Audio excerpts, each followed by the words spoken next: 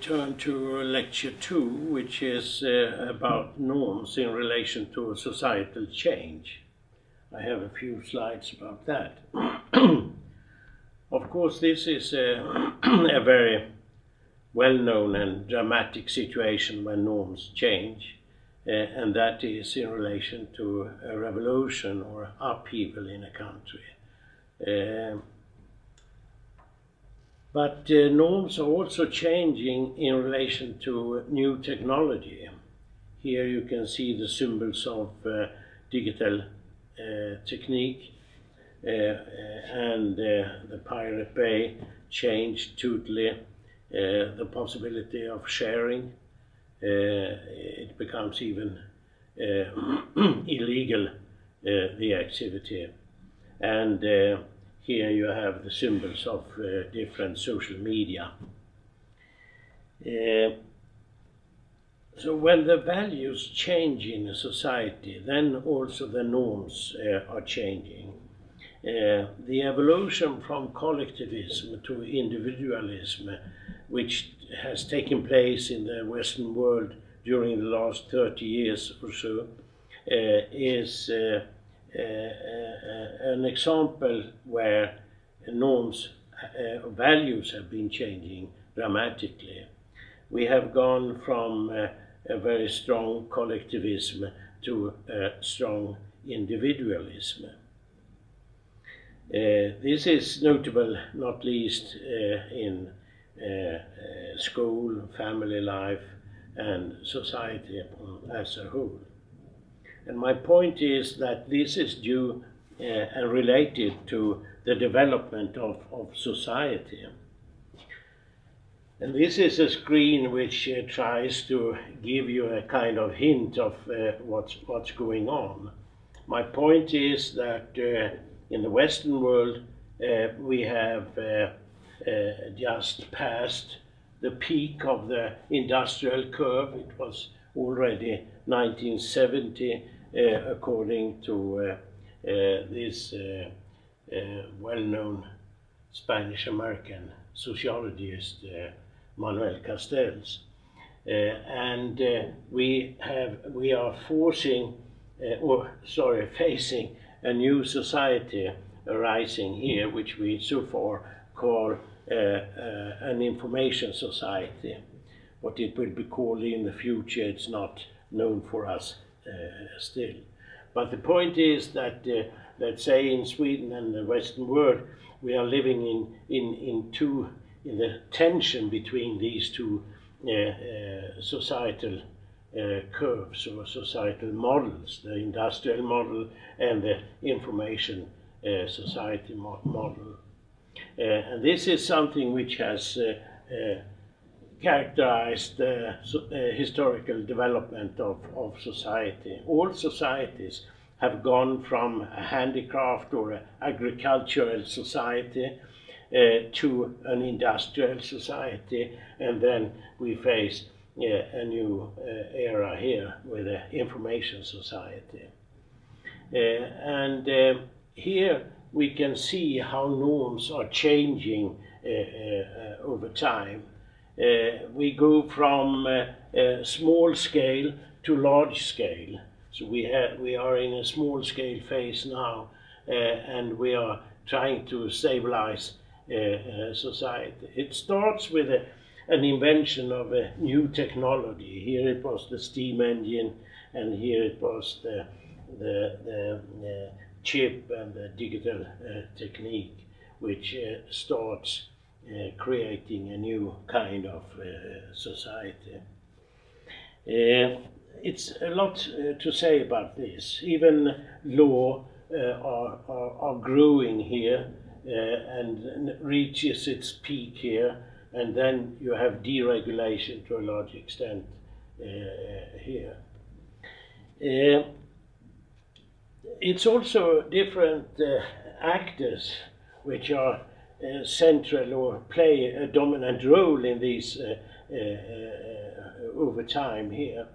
The new curve starts with the artists or the inventors which come up with a bright idea, so to say, which in the beginning is not necessarily creating utility or have economic arguments behind, because these guys, they are not thinking in those terms.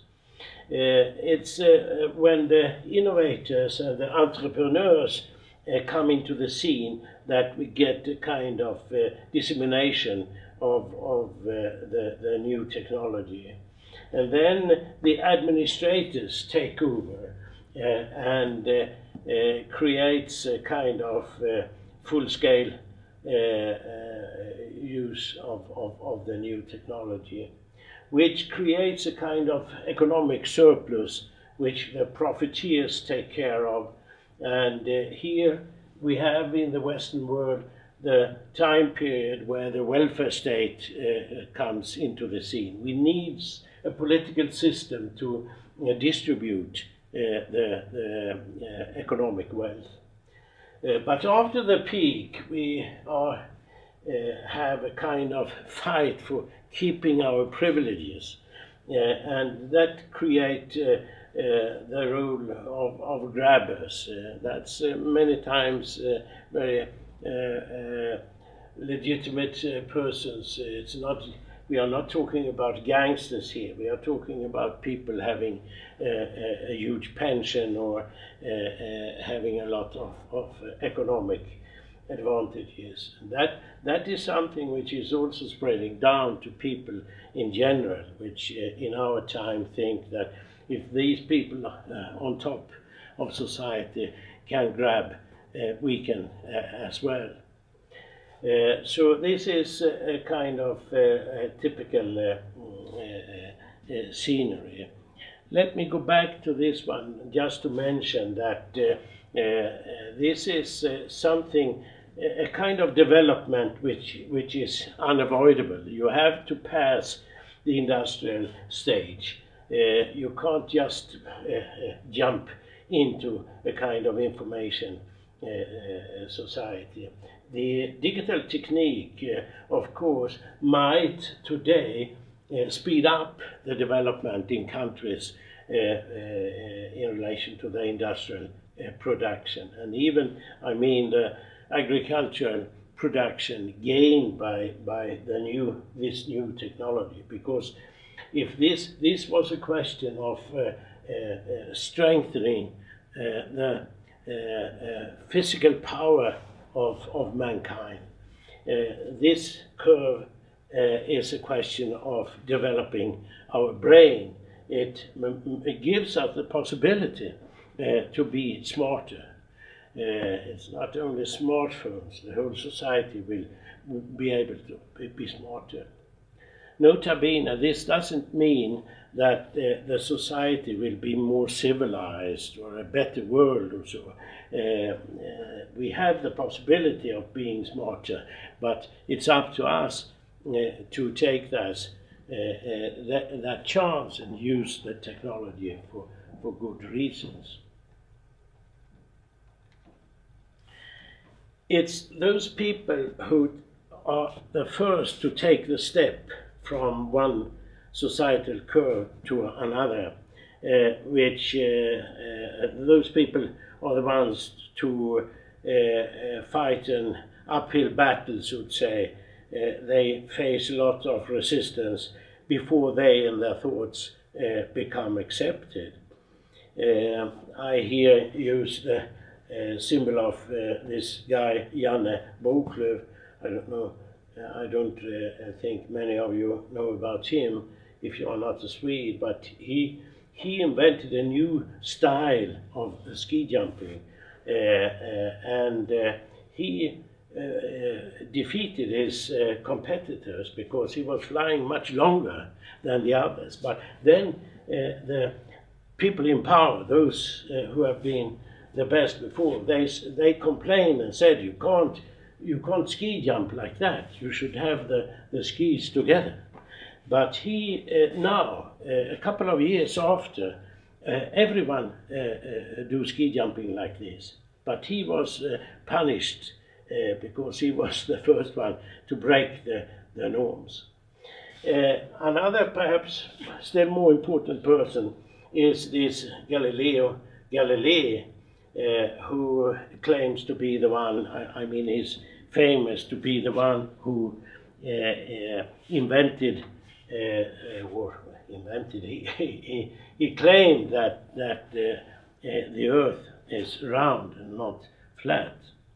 And let us also try to listen to a song which address this, and it's a song written also by Stefan Larsson, and this is in English. You can listen to the text yourself.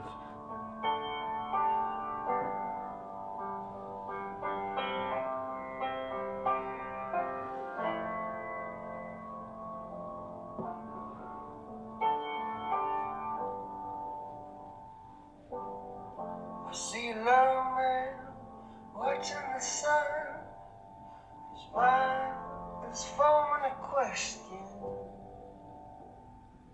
He trembles when he starts to realize there's something wrong with how the sun passes the sky. There's something wrong with how the sun passes the sky.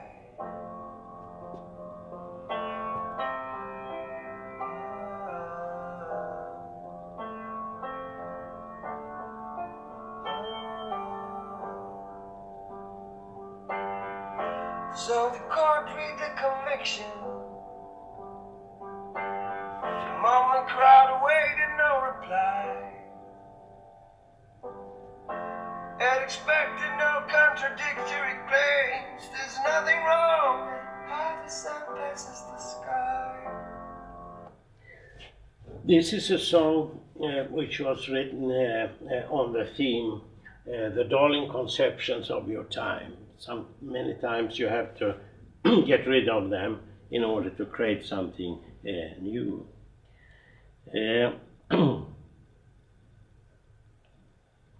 Let's continue here now.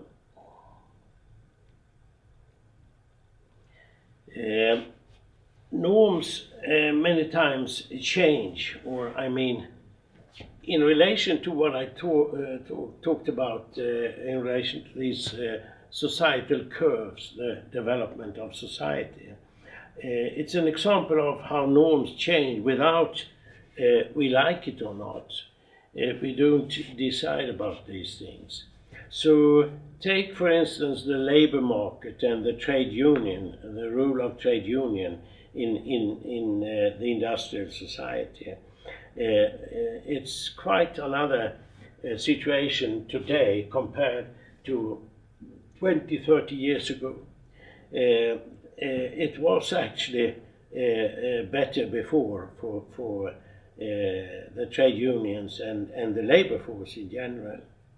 EU is a kind of mechanism in order to let's say, keep things as they are, but it won't perhaps take long, I guess, before norms have changed, has to change even in relation to that.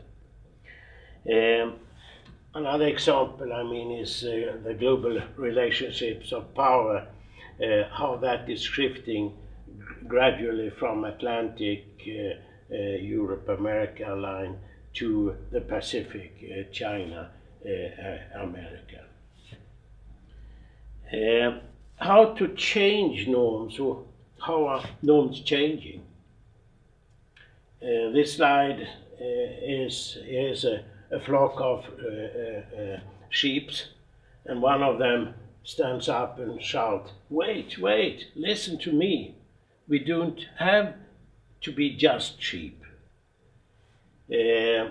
That's the way it starts many times, with the idea. But is it that simple?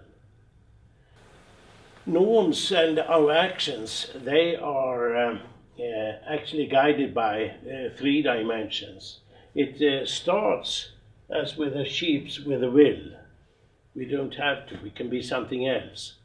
And the will is guided by many times values.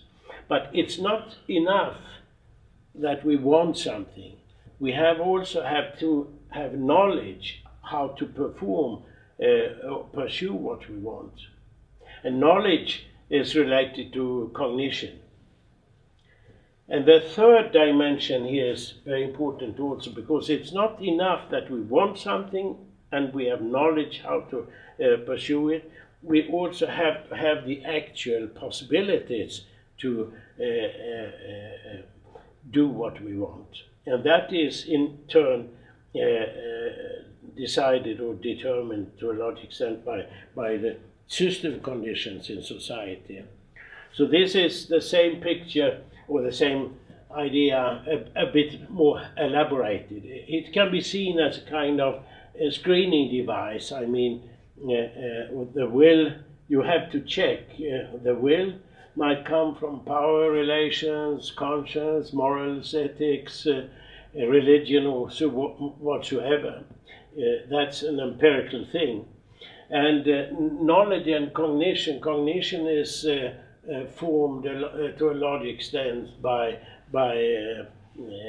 ethnicity, gender aspects, competence, traditions, education, and so on and so forth.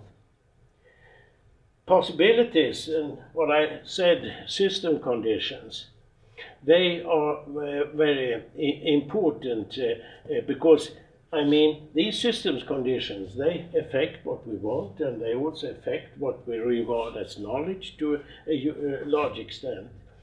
So the system conditions, they are decided or determined by nature. I can make this slide a bit bigger. We have, of course, nature puts restrictions on us, physical and biotic restrictions, which is not that taken into account in social sciences, but it's in a sense taken for granted. But these days, when we think that we can, as mankind, do what we want in relation to nature, concepts like sustainable development come into play. We have to take care of the nature. But let me also, of course, point to these systems in society. We have socio-cultural systems, economic systems, technical systems, political, administrative systems. And my point is that we have, especially in the so-called developed world, the Western world, been so clever and good at fulfilling our human material needs that we are, in a sense, prisoners in relation to these systems. It's very hard for us to go outside and create something new. So the curves I showed, the industrial society, the strength of the industrial society is to provide mankind with material goods, but that's it, so to say. And these systems, they keep us, as I said, as a kind of prisoners. So I would like to conclude so far that the norms are not only a question of social norms, which is the kind of norms we normally think of when we talk about norms. We have also bureaucratic norms, I mean very clear how to handle cases at the public authorities, and even in private firms you have management cultures and so on.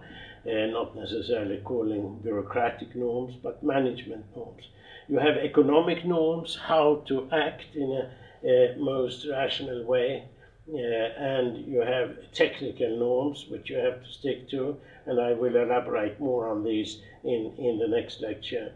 At last but not least, you have legal norms. So legal norms is something which is related to these other norms, and I will come back to that. So I thank you so far, and I will come back with further comments in lecture 3.